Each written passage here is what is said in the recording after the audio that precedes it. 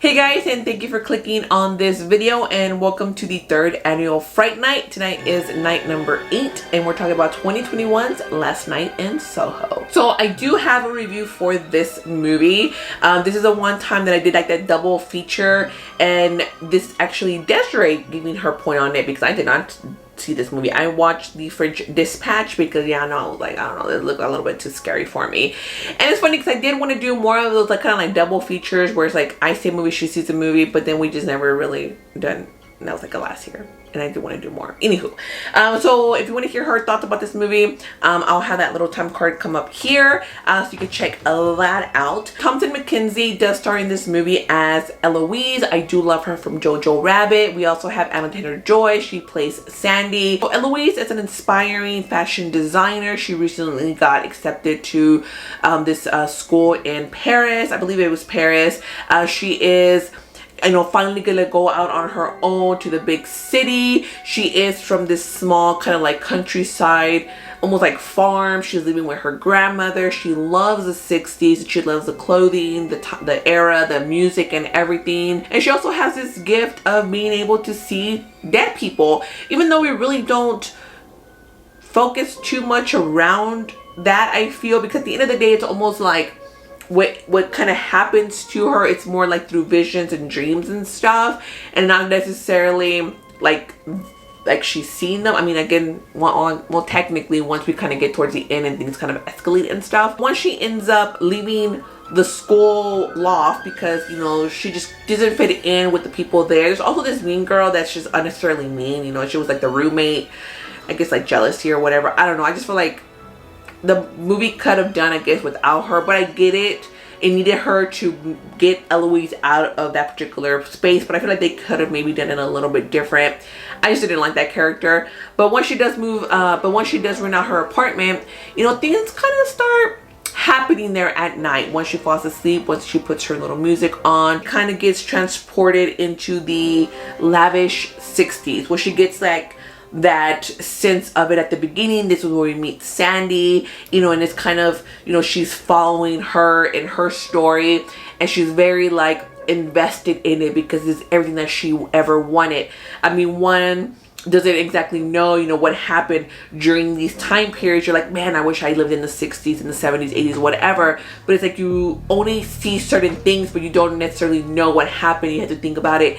How was it for women during that time? We also meet Jack, who is played by Matt Smith, and quickly ends up kind of becoming her love interest, her manager, her other things that end up happening there. As night after night kind of progresses, you end up finding out that it wasn't all that lavish. What you needed to do to become a star, to be, just being a woman and being a beautiful woman, just kind of situations that you kind of get put into.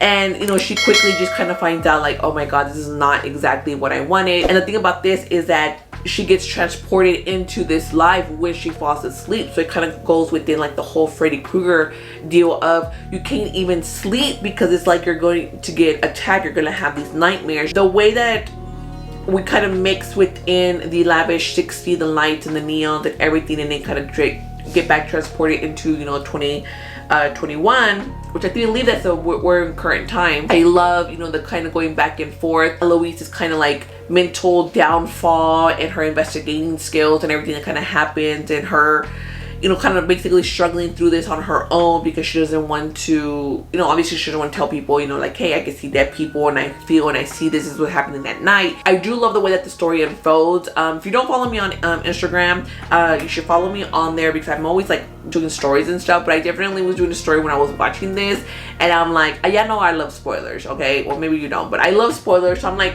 y'all tell me this and that, and I was going through a whole emotion when I was watching this. It gets to a point where I was just like, hold up, what just happened here? Okay, it's not a scary movie except for maybe one particular part, like there towards the end. It's in the movie, I think you kind of get that. That's probably like the most creepiest thing to it. It's more like a psychological thriller, I would feel like, because again, it's like you can't even sleep right because it's like you're gonna get haunted. These ghosts that you end up seeing everywhere, and you're just like, oh, how do I get rid of this? So you're trying to solve this mystery of what exactly happened to Sandy and who are all these people and who murdered who, and it's crazy, you guys. It's definitely a really good movie. Before I do give you my score, if you haven't already, don't forget to give this video a like, subscribe to the channel if you haven't yet.